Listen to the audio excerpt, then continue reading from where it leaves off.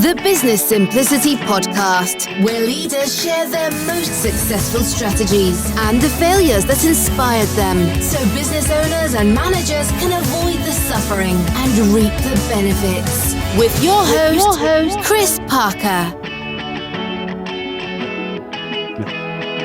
And welcome back to the Business Simplicity Podcast. This is Chris Parker, and this is part of the Sustainability Week. And we're going to do something very different right now. And I'm going to hand over the conversation to Jessica and Vim and Simon. And they're going to talk to me about the sustainability sprint. So we're going to flip the script here and put me in the guest seat. So with that, Jessica, Vim, Simon, I'm handing total control of the podcast over to the three of you. What do you want to know? Thank you, Chris. Well, I actually have two first questions, but I think the first question is the most important, and that's, how do you feel? How do I feel? I love the question. I love it that we ask that question structurally in the sustainability sprint. I feel a bit nervous because I'm being asked questions on my own podcast, and that's a new unknown thing for me. I feel delightfully satisfied because we've just recorded the three conversations with you, and we did that in a playful way where, as I was speaking to one of you, the other two were listening in, so we could see what was going on, and I've never done that before. So it was like, this sort of worked. We had some technical issues at the beginning we solved, but it was like, oh wow, that's kind of that was cool. That worked. That's fun. And I also feel just really appreciative and grateful because we just finished this sustainability sprint where different themes of my life were able to be brought together. Meaning, I've worked with all of you before sustainability and on this sprint, and this is a creation of the four of us, and I was able to bring that in at the right time with Dstny, who's really taking sustainability seriously, and the founders are passionate about it, and plus the fact that it's this simplicity scan is kind of a foundational piece of it. So basically, I was watching incredible people that I value, you guide other people that I find incredible and valuable, working on things that I've been a part of creating. It was just been a delightful 5 half days and follow-on conversation. So feeling good. Great. Well, I think you already answered half of my question that I wanted to ask after this one, but that's fine. No, I normally will be the coaches at the companies for the sustainability sprint. But in this case, your role was a bit different because you are already involved within Dstny and also involved in the sustainability scan. Can you explain how that worked for you, having that double role? Well, as we've been doing sort of post-action review, we've also discussed maybe that role should be a permanent part of it. And because I think being a connector or an instigator or an inspirer, the fact that I was not a coach nor a participant, but I was both, allowed me to connect dots across those different worlds. And I think as we move forward with sustainability sprints, we should look out for that person who's deeply knowledgeable about the organization, but isn't in the game. And so then you can connect and play.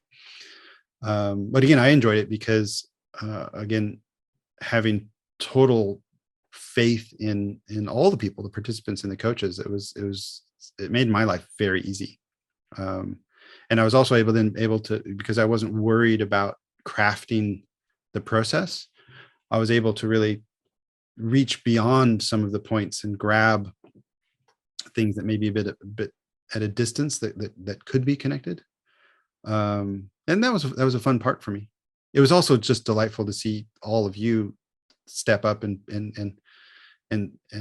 consult and coach and present and perform in ways that weren't maybe your natural preference.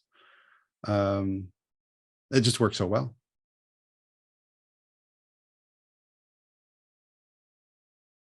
So Chris, maybe a question, thinking back to the sprint, the 5 half-day workshops. You've asked this question of us, so the same one back to you. What would be a highlight for you out of those 5 half days?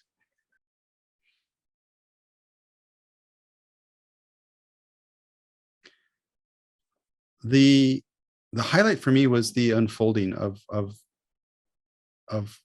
personality. Meaning this was a group of Dstny is a group of very deeply human people that have a really rich professional expertise. And this was a group of engineers. And the fact that after the first day, Samuel, the CTO, mentioned about one of the participants is like, this is the most that person's engaged in group meetings before. I was like, wow, like, awesome that we were creating a space where people were able to convey. And we had another person who wasn't able to join the whole time because he was exposed to some COVID. But that there was also his continued engagement, and that even though it turned out to be a bit hybrid, that there was a space for those people to continue to connect. And Simon, on the conversation, the podcast conversation with you, is, I think it was you. I didn't even, after the first day, I didn't even realize that some of these people hadn't met. They were coming from acquired companies, and they were put into this new department, but they just blended in such a wonderful way. And that blending and that space of coming together, I think, really contributed to them just nailing the and it's still so mind-boggling to me that after 4 half days, you can give a group of people a blank template with 15 business areas on it. They fill it out, they practice it, and they present it to some executives without a lot of anxiety. There's some stress, but the fact that they just got on and did it was a delight. Yeah, totally with you. I had the same feeling. And what made me curious after those 5 workshops, and that links to my next question, is what's going to happen next. And one of the things we always offer when we've been through these workshops is saying, well, if you need some sort of coaching, sustainability coaching, we can help you with that. So my question to you is now, what if they would ask you to do that coaching? What would you do the first 3 or 4 weeks? What would I do? Yeah, being their sustainability coach. Yeah. What would you do? I guess the first thing I would say is go hire Vim and Simon and Jessica, because you would be better at it than me. But no, the in order to maintain momentum, would be to focus on mindset, actions, and risks. And that's not a surprise, because it's also part of the intellectual framework. But create the human space in the form of that work group that they can continue to bind and bond. And I would love it if they were to come together physically once a quarter. Again, we're talking about sustainability, so flying people around Europe is maybe not the thing, but at least talk to each other in an open way with some structure once a month, in order to create and continue those connections. There was a number of risks that were identified, and part of the sprint is actually to dig out those risks. And one of the main risks is just the overwhelm of being so busy with other things.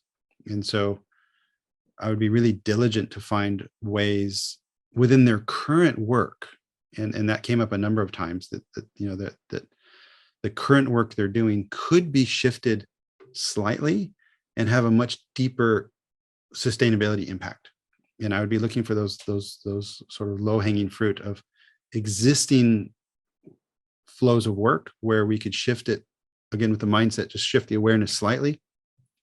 And let me jump to a little anecdote that there was some research on, in this case, it was people, predominantly ladies, who were cleaning hotel rooms. It was the cleaning staff of hotel rooms, and the realization was this was a medical physiological research that what they realized was that these people were doing an incredible amount of physical work, moving mattresses and stuff like that, but they felt like they were just at work. And so some of them were appearing unhealthy. They were out of shape. They were, they were being sick. And the experiment they ran is they had two communities, and one of the communities, they just told them, did you know that you are doing, the equivalent of 2 hours of extreme workout per day as part of your job? And that is super, super, super healthy. And then if you roll forward, when they had that mindset on that, I am actually doing really healthy, physically exerting stuff, and they could see that the physiology of the one group compared to the control group just got better, and they didn't change their behavior at all. And I think if we bring in the realization that if we shift our awareness slightly in our normal work and be more aware of the sustainable impact, I absolutely believe that it will have these ripple effects, will be profound without turning the world upside down. And then the last thing is around action. You have to be really diligent to bake it in, because if this is a separate list on a separate Excel in a separate folder that people look at once a month, it's never going to happen. And so how do you bring it into your actual backlog? So if you're working in Scrum type methodologies and you have a backlog of work, these things must be on that list. They should be tagged as sustainable as well as whatever the theme is, because again, if you're hitting multiple birds, they should be defined. They should be prioritized. So it should become part of your normal life. Yeah, that's also why you stressed that they should include all the actions that they defined into their, let's say, normal system where they registered projects and follow actions and stuff like that. Yeah, I really believe in the because we discussed it and we agreed it in this last sprint, but it wasn't done in the meeting. And so what I would look for in the next sprint is that before we go, at least the follow-up meeting is scheduled. We're not leaving the room until it is scheduled. And I want to see at least 3 of the top, because they have 185 and they group them and they prioritize them. They know what the top 3 is. I want them put in Jira or Trello or whatever it is their work management system is. I want it really in their reality before we leave. And I think that will really increase the chance. I'm sure that this group of people, because they're inherently motivated, will get on with it. But to really connect it with reality, is in a super practical way, that's what I would be after.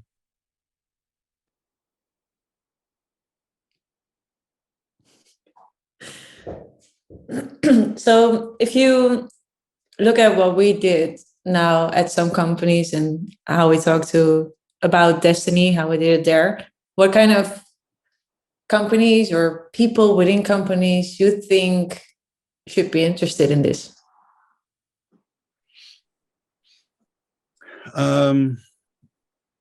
I've explored this with the 3 of you in the previous conversations. So I guess I'll highlight that if you are listening or watching this without having watched the previous conversations with Jessica, Simon, and Wim, I also suggest you go back there, because we get really much deeper into this.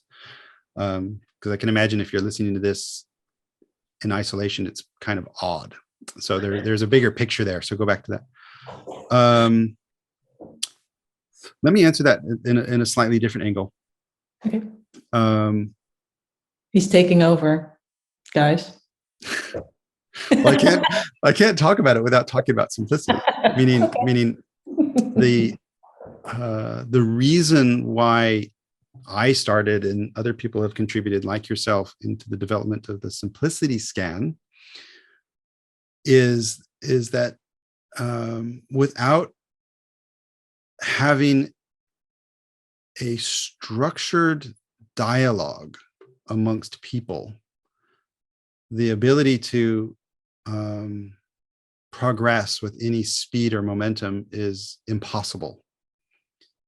And so it's baked into that framework of questions, and the sustainability scan is based on the simplicity scan, but the questions within the sustainability scan are abstract enough that you get a rich group of responses, and it digs. They're basically coaching questions in a box, and it digs out of people, and they have to write it down during the sprint to make it very black and white.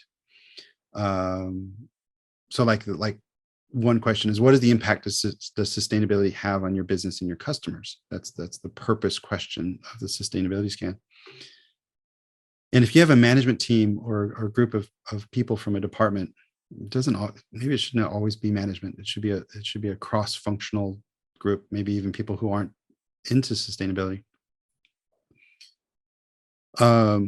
Answering those questions in that structured way, they will achieve that alignment, and they will challenge each other in a safe way, and their mindset will shift. So to directly answer your question, any group of people that care about sustainability, that aren't, say, super professional at it, so if an organization has been working diligently for 5 years and maybe they've had a chief sustainability officer, and maybe that person is starting to become not necessary because it's in the DNA.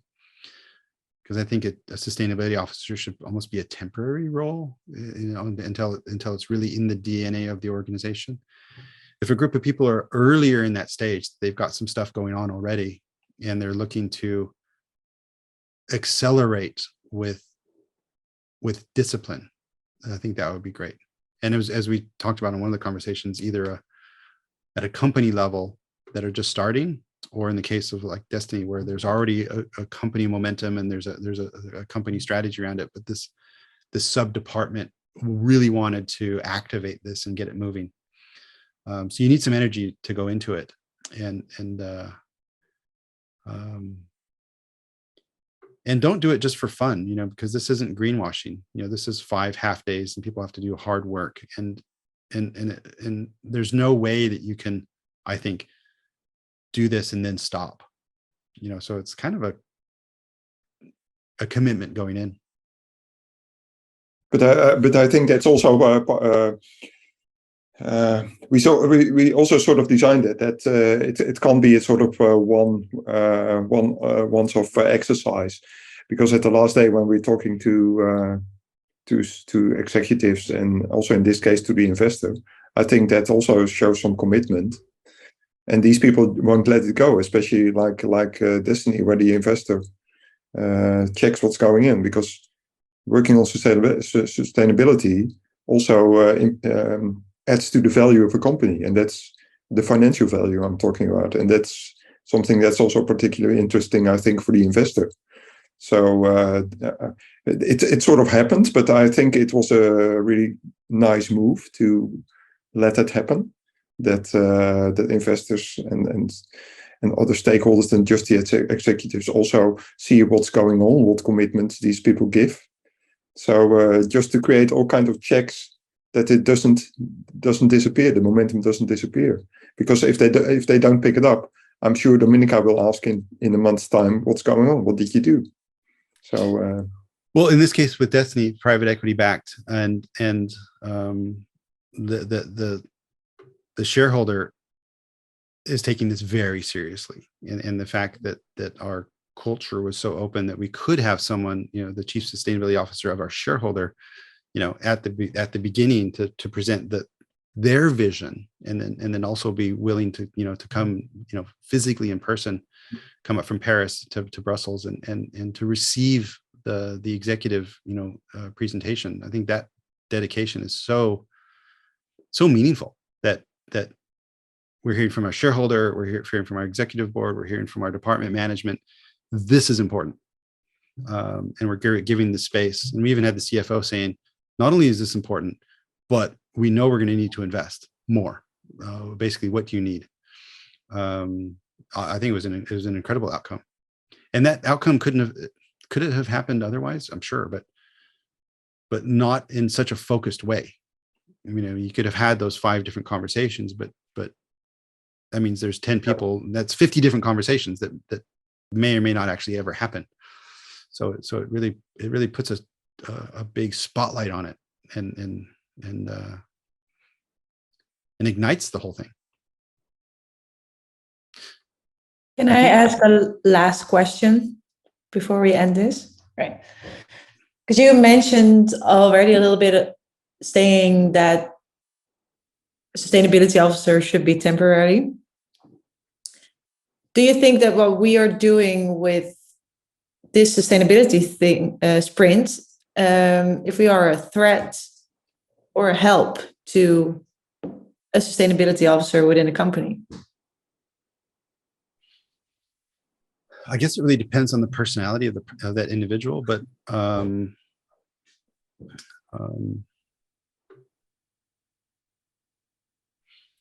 the reason I think a sustainability officer should be temporary, and this is the same reason I think a chief customer officer is a bit of an odd role, or even chief digital officer. Well, you need that because you're not digital, because you don't have digital DNA. And an end goal, like if you really want to digitize a business and not have a digital strategy, but digitize your strategy or bring sustainability into your strategy. After 5, 6, 10 years, I hope for humanity that this isn't something that needs its own job, that this is something that's just flowing through organizations, but we'll see when we get there, or the planet will melt down and we'll all die, but one of the two. So the consequences are high.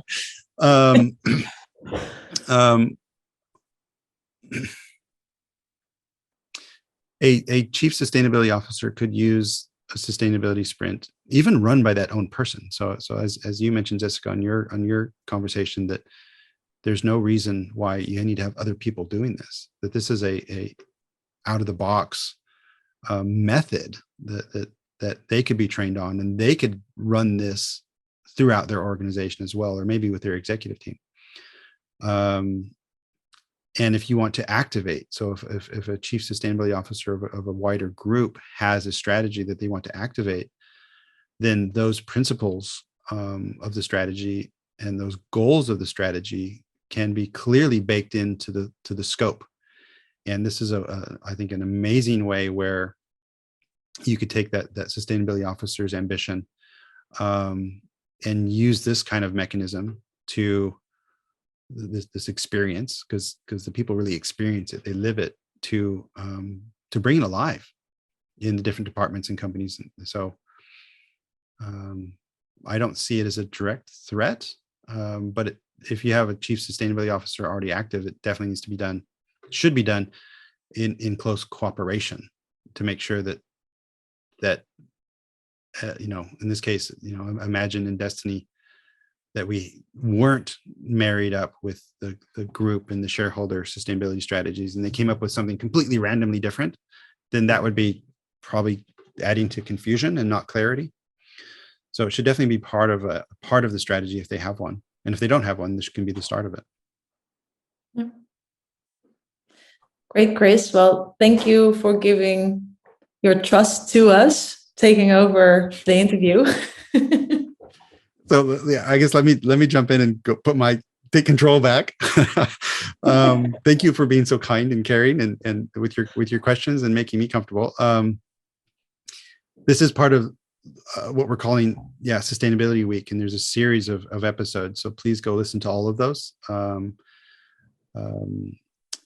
And again, if you are just listening to this one in isolation, I really, really suggest that you go back and listen to the individual episodes of Jessica, Simon, and Wim.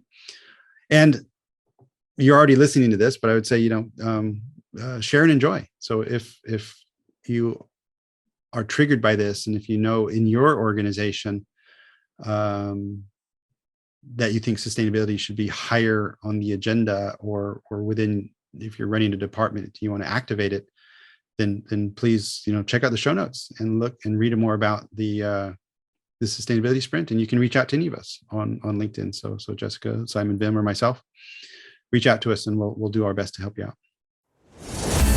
Thank you for listening. Download the Simplicity Toolkit from ebullient.com to discover the power of the Simplicity Scan and Sprint. Don't forget to like and subscribe to the podcast on your favorite player.